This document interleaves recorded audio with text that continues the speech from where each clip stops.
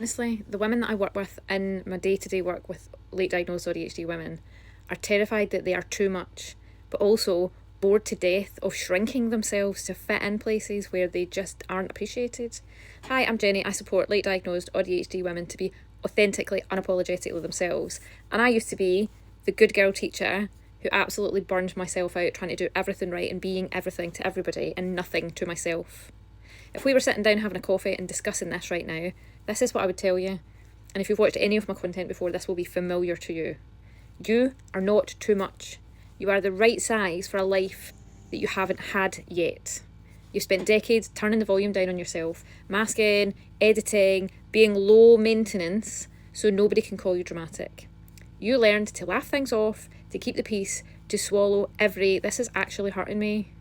And now your brain's like, who the fuck am I without this goddamn mask?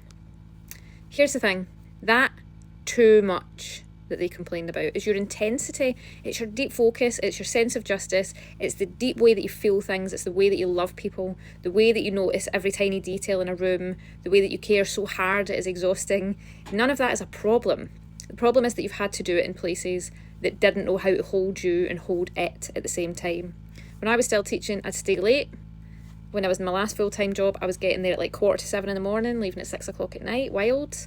And I was worrying about everybody in my year group at the time, worrying about my results, worrying about what parents I was going to have to deal with, what things were going to come up that I was going to have to deal with. It was just so much on my mind. I wanted to make sure that everything that I was doing in my schemes of work and my content was as good as it could be for these children. And I thought that that level of anxiety meant that I was just broken as a person. It turns out actually it meant that I was wildly overgiving in a system that was happy to take everything from me until I was nothing but a husk.